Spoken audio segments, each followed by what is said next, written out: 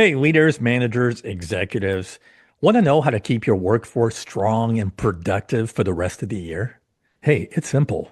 Hire and promote the right managers with proven leadership competencies to run your company.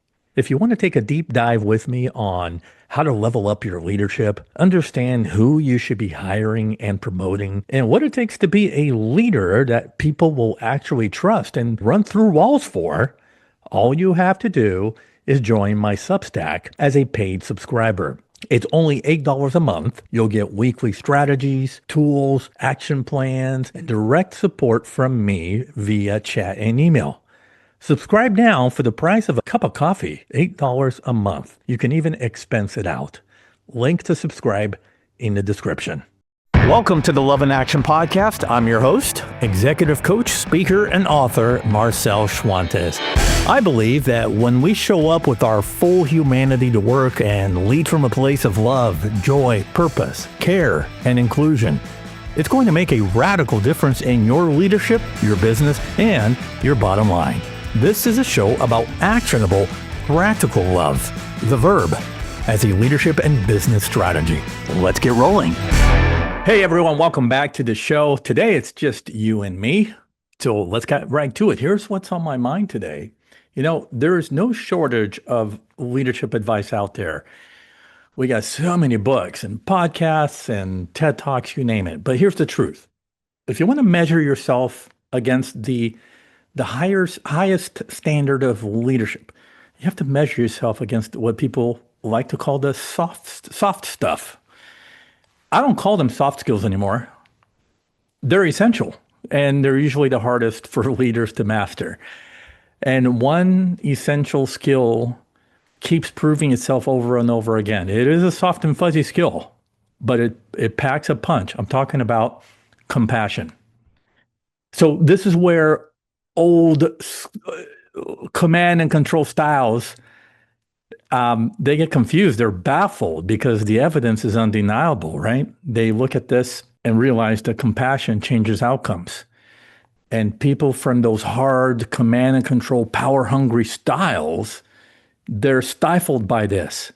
I want to bring back the former CEO of LinkedIn, Jeff Weiner.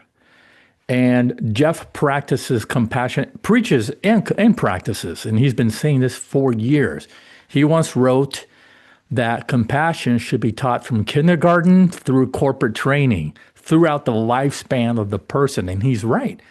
He also warned us not to mistake compassion for weakness. That's a common misconception because he said the most compassionate people he's met are usually the strongest. Neurosurgeon James Doty, Dr. Doty, who I've had on this show, and I'll put a link to the show notes to that episode.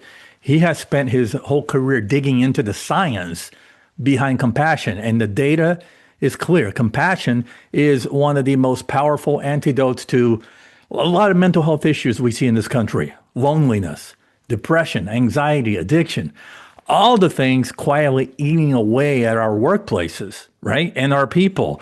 And Dr. Doty, he defines compassion as recognizing someone's suffering and doing whatever it takes to help ease it. Doty says that it's not hippy-dippy stuff. It's evidence-based. It's effective. And it's deeply human. So you might be wondering, well, let's get practical. What does compassionate leadership look like?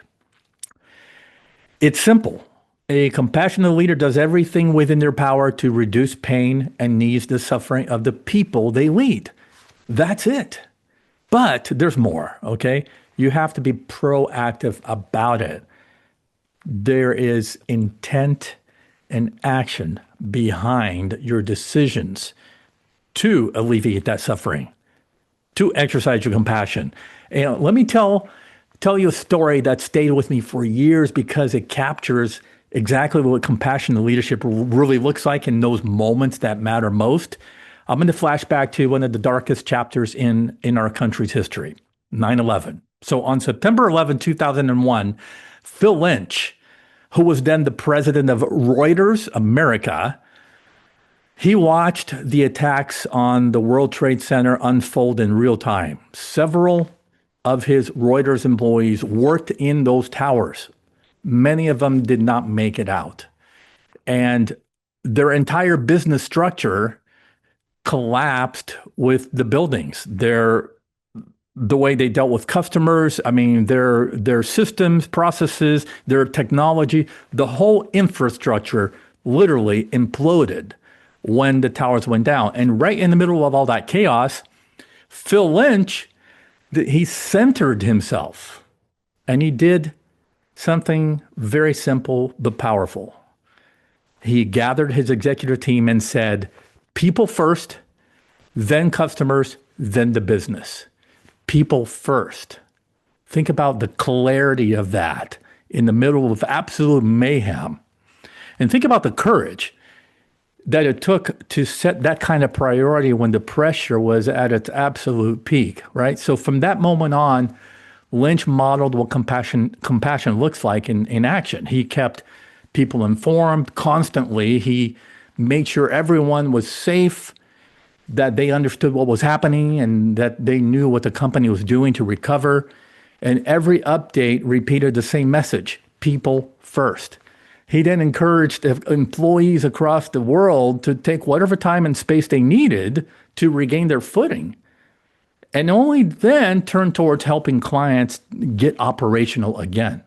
He was completely transparent about what he was feeling, what the leadership team was processing, and how they were navigating the crisis. And he was open and transparent in real time throughout the actual crisis. And by doing that, he gave everyone else permission to feel openly and honestly as well. And if you were freaking out, okay, let's hear about it, right?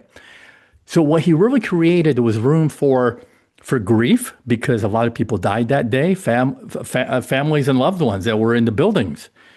He gave room for questions to be answered and room for expressing people's fear and apprehension, as well as room for honesty. And so the emotional tone he set rippled throughout the entire organization, and eventually it rippled down to the customers that they serve.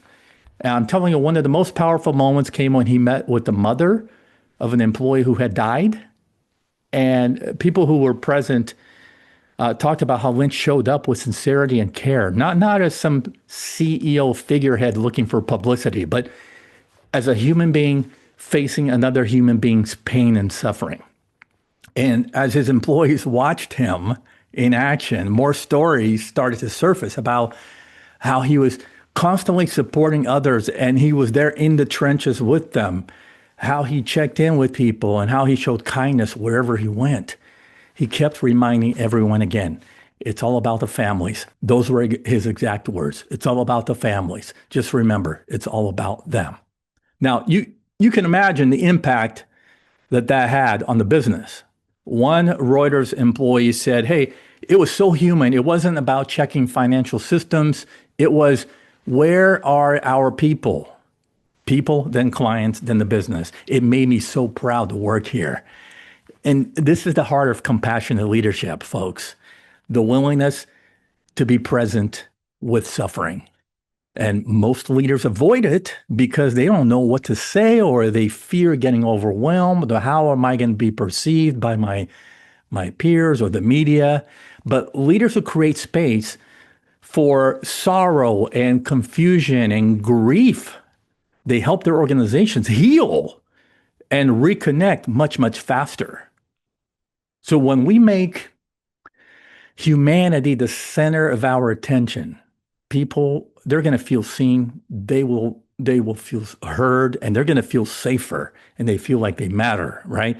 And let me tell you, organizations come alive from the inside out when leaders operate this way and give their workforce the freedom to do the same.